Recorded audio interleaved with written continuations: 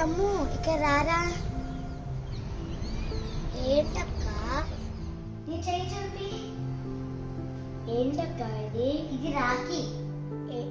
ఎందుకక్క ఇది? ఎందుకంటే ఈ అక్క నీకు ఎప్పుడు తోడుగా ఉంటానని ప్రామిస్ చేస్తుంది. నేను కూడా నీకు ప్రామిస్ చేస్తున్నా అక్క.